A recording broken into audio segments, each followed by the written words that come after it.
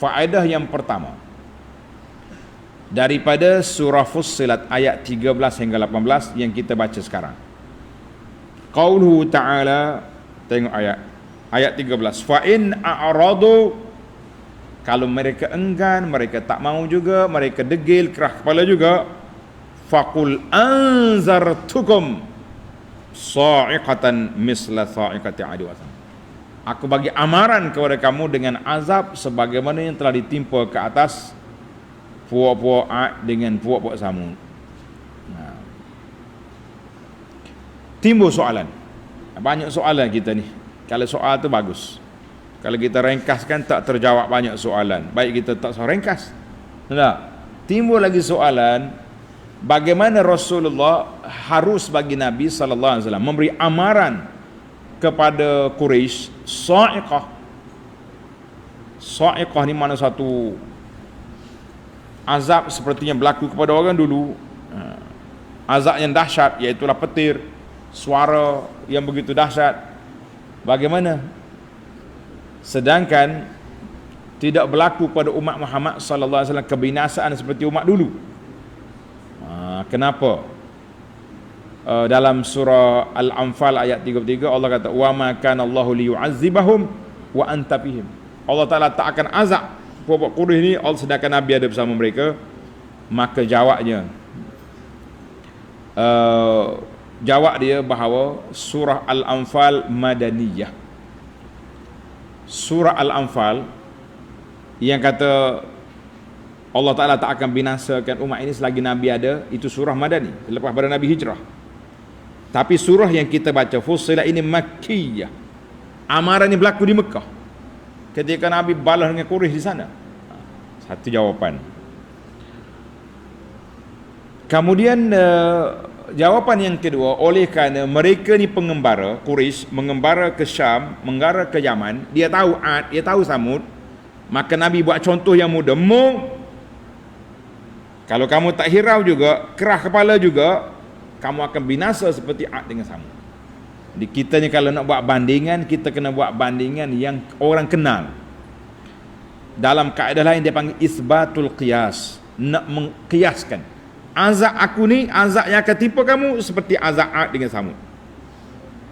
Dia panggil qiyas. Dua-duanya binasa belaka. Tak kira lah Allah Ta'ala nak buat macam mana pun, itu di bawah kuasa Allah Azza wa Jalla. Di bawah kuasa Allah Azza wa Jalla. Itu dia panggil qiyas, kan? Qiyas. Baiklah. Kita pergi kepada yang kedua. Tulis ni pelajar. Yang kedua, izja'athum rusulu min baini aydihim wa min khalfihim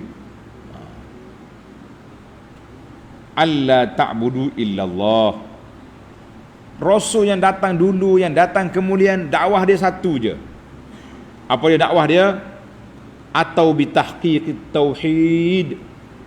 Allah Ta'ala mari nak merealisasikan, melaksanakan tauhid dalam kehidupan mereka. Mana kita fahamlah para jemaah sekalian, semua kita menjadi kewajipan kepada da'i, kepada pendakwah, kepada siapa saja, mesti dakwah kita ni berpaksikan kepada tauhid kepada Allah. Tauhid yang mana? Tauhid yang murni, tauhid yang betul-betul suci daripada segala syawaib yang berbentuk kesamaran, keraguan dan segala itu. Maka dengan sebab inilah para jemaah sekalian, para pendakwah, habiskan masa kamu mengajak orang kepada sunnah Nabi sallallahu alaihi wasallam. Jangan menghabiskan masa, menghabiskan tenaga, menghabiskan akta semata-mata nak membela golongan-golongan yang bawa ajaran yang pelik-pelik ke dalam masyarakat. Bahaya ini. Di antaranya ajaran yang telah diputuskan benda itu salah. Tidak ada juga maklumat yang mereka mengatakan telah bertaubat. Tiba-tiba kita nak membenarkan balik. Saya teringat sebuah hadis Nabi SAW dalam Bukhari. Nabi kita bersabda, abghadun nahi salasa. Manusia kumpulan yang sangat dibenci oleh Allah Ta'ala, 3 kumpulan. Salah satu daripadanya mulhidun fil haram, orang nak buat jahat di tanah haram Mekah. Yang kedua mubtaghi sunnatal jahiliyah fil Islam, orang yang nak menghidupkan amalan jahiliyah, amalan khurafah, amalan duk main benda pelik-pelik ini di dalam masyarakat Islam. Orang dah putuskan benda tak betul, tiba-tiba kita nak betulkan balik. Kita kata hati-hati tuan-tuan, termasuk dalam abghadun nas, manusia yang dimurkai oleh Allah Azza wa Jalla, nak hidupkan amalan jahiliah, tak kiralah atas nama budaya, atas nama toleransi, atas nama benda-benda apa saja pun, kalau benda itu sudah dianggap tidak betul dan tidak ada kenyataan bahawa mereka telah bertaubat, maka berhati-hati kita dengan perbuatan yang tersebut. Baik, yang ketiga, orang yang nak menumpahkan darah orang tanpa hak. Mana nak bunuh orang tanpa hak. Kalau dengan qisas, tak apa, dengan hudud lain. Hadis dalam Bukhari. Kemudian kita pergi kepada faedah yang ketiga. Dia kata apa? Qalu law syaa rabbuna la anzala malaikah. Dia kata kalaulah Allah Taala nak, dia turun malaikat. Dia turun malaikat. Dia turun malaikat, kan? Ni tak ada turun malaikat pun. Macam mana tak ada turun malaikat? Tulis, kata di para pengkaji mengatakan bahawa puak-puak kafir ni dia tahu malaikat. Dia tahu malaikat. Sebabnya Allah Taala sebut tentang kaum Nuh, Ad, Samud, mereka ni syirik, tapi dia kenal malaikat. Tengok dalam surah Al-Mu'minun, tanda Al-Mu'minun ayat 24, ma hadza illa basyarum mithlukum yuridu an yatafaddala alaikum walau sya'allah la anzala malaikah. Dia kata Nuh ni nak cari pengaruh ni, kalau betul-betul Tuhan nak hantar, dia hantar malaikat, dia bukan hantar Nuh.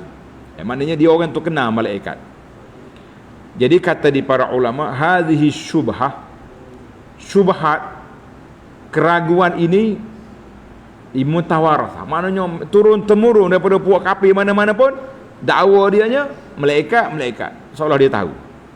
Dan zaman Nabi SAW, dia kata apa? Malaikat anak perempuan Tuhan. Maknanya puak kafir dia tahu malaikat. Yang jadi masalahnya kita pula hak Islam ni tak tahu ada malaikat sekalinya kita. Ini jadi masalah kepada kita. Maka Allah kata puak tahu malaikat, tapi dia bukannya beriman dengan malaikat. Dia tahu dia tak beriman. Baik, isu yang keempat, ayat fastakbaru fil ardi bighairil haqq. Fastakbaru fil ardi bighairil haqq, ayat 15. Wa amma 'adun fastakbaru fil ardi bighairil haqq. Puak-puak Ad, mereka sombong, takabur, lawan yang benar. Dalam ayat lain Tuhan kata wa kanu bi ayatina yajhadun. Mereka dengan ayat-ayat Allah engkar, sombong, tak mau. Jadi ini kita kata itulah yang menakutkan kita. Sebab apa manusia ni boleh sombong? Dalam ayat ini Tuhan kata laisa sifatun muqayyidah, maknanya bighairil haq, tapi dia panggil sifat nak mendedahkan mereka. Dia sombong tanpa hak, dia takabur, tak ada kebenaran, cuma takabur, sombong, tak mahu terima saja. Orang panggil semata-mata kerah kepala saja, bukannya ada maklumat, ada hujah yang boleh mereka lawan. Jadi kitanya kalau betul-betul ada hujah, kita tak terima. Orang tak kata awak sombong, saya lah. Sombong ni bila ada hujah yang jelas, yang mantap, tak mau terima. Bagi itulah yang dikatakan sombong bighairil haqq. Tapi kalau kita tak mau terima dengan sebab kita dah keluar kenyataan ni, rasmi kenyataan, kenapa kamu masih lagi tak terima, masih lagi mempertikai, kamu menderhaka? Kita kata la, kita bukan menderhaka, tapi kita menuntut penjelasan mana hujah yang mengatakan kumpulan yang tersebut sudah baik. Mana bukti? Hatu burhanakum. Jangan senang-senang ya. Kalau kamu tak terima kita punya kenyataan ini, kamu derhaka. La. Nak tuduh orang derhaka bukan senang. Mesti tunjukkan bukti kebenaran, barulah kita kata. Orang lawan juga, barulah jadi derhaka. Mudah-mudah kena derhaka kerana kata orang mudah-mudah sekali, kerana sehelai kertas, secebih kertas kita menjadi penderhaka. Kita kata la, tidak. Tunjukkan bukti dulu, nak kata orang derhaka ataupun tidak. Dalam ayat ini Tuhan kata fa amma 'adun fastakbaru fil ard bighairil haqq. Dia sombong sebab dia tolak kebenaran. Baik, kita pergi kepada satu lagi lah. yang terakhir dan yang ke wa amma samudu fastahabbul ama 'ala al-huda fa akhadhathum sa'iqatul azab. Tengok dalam ayat ini Allah kata ayat 17, mereka telah disambar oleh petir. Berapa jenis? Tadi angin, azab yang menimpa kaum Samud. Berapa jenis? Tulis pelajar. Abbara anil halaki alladhi ahlaka bihi Samud bi ibaratin mukhtalifah. Allah Ta'ala sebut dalam ayat binasanya kaum Samud dengan beberapa ayat. Satu dia panggil dalam ayat ini fa akhazathum sa'iqah, makna petir, suara yang kuat. Satu. Dan ayat yang seterusnya ayat surah Az-Zariyat ayat 44 fa akhadhathumus sa'iqatu, sama juga. Kemudian disebut dengan nama sayhah. Sayhah ni maknanya tempikan suara, letusan suara yang kuat. Sayhah. Dalam surah Hud ayat 67 wa akhadhal ladzina zalamu sayhah wa akhadhal ladzina zalamu sayhah, tempikan ni suara. Kemudian yang ketiga rajfah. Rajfah dalam suratul A'raf ayat 78 fa akhadhathumur rajfah. Rajfah itu macam goncangan bumi. Ayat itu dalam suratul A'raf 78. Dalam suratul Namli ayat 51 Allah kata at-tadmir fanzur kaifa kana aqibatu makrim anna dammarnahum, kami hancurkan mereka, binasakan mereka. Ini surah An-Naml 51. Surah Al-Haqqah ayat 5 fa amma samud fa uhliku bit-taghiyah. Taghiyah itu satu benda buruk. Dan surah Asy-Syamsi Allah Ta'ala ayat 14 fakazzabu fa'aqaru mereka sembelih unta fadamdama alaihim rabbuhum bidzam. Allah Ta'ala hancurkan mereka, ya, berbagai ibarat. Dalam surah Asy-Syu'ara 158 Allah gambar azab. Fa'aqaruha fa'asbahu nadimin fa'akhadhahumul azab. Dia sembelih unta, dia menyesal, azab pun datang. Apa lagi kita nak?